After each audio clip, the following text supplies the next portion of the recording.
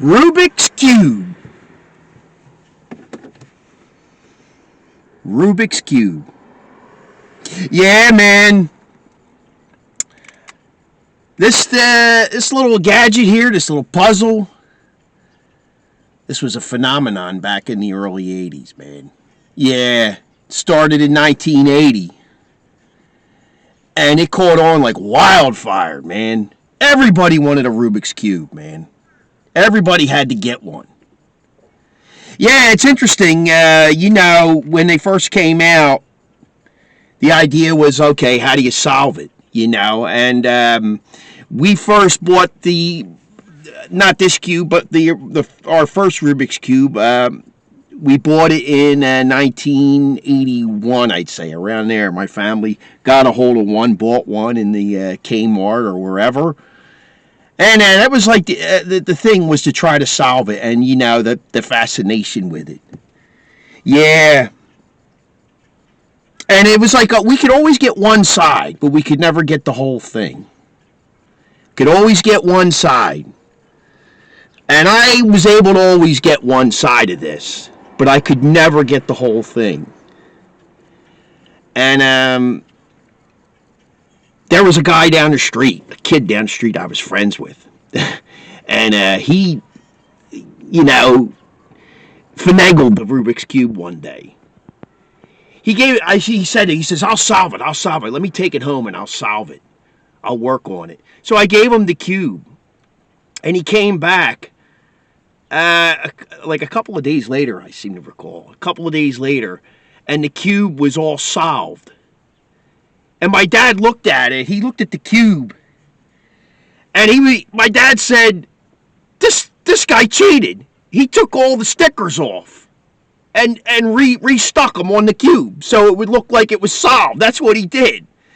So a lot of that was going on too. People ripping off stickers and solving it that way. That's cheating, man. It's not the legitimate way, obviously.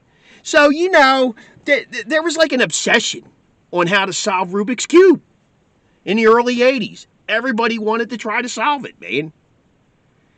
And it sold millions and millions and millions of cubes. Everybody had one. It was like a mania almost.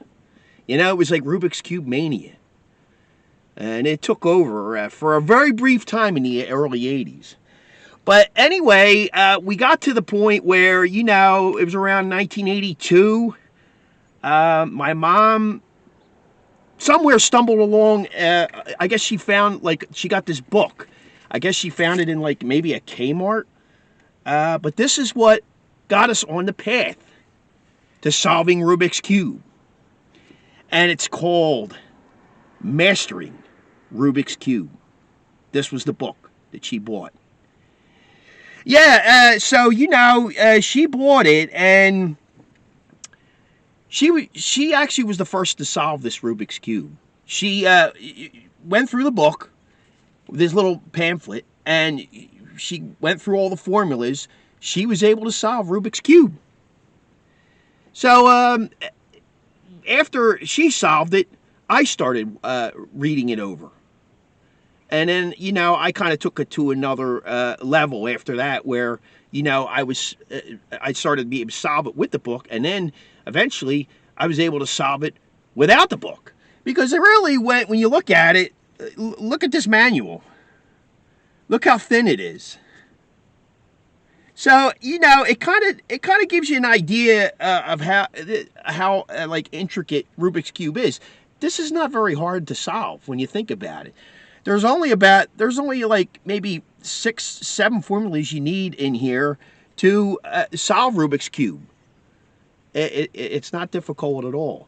But this is the book that kind of propelled things to solving. I don't know. I guess there was other books out there at the time. But this is the one that made sense. So this is the one I remember. Mastering Rubik's Cube. Yeah, so I am going to demonstrate here on video how to solve Rubik's Cube and how I learned and how you could, buy that pamphlet, and you can solve it yourself. So I'm going to solve the cube. This is going to be one of two parts. So this is going to be the end of part 1. And in part 2, I will solve the cube. Probably, let less than 5 minutes. But I'll probably give some instructions along the way, so it might be more than 5 minutes. So this is the end of part 1. Part 2 coming up of solving Rubik's Cube in the 1980s.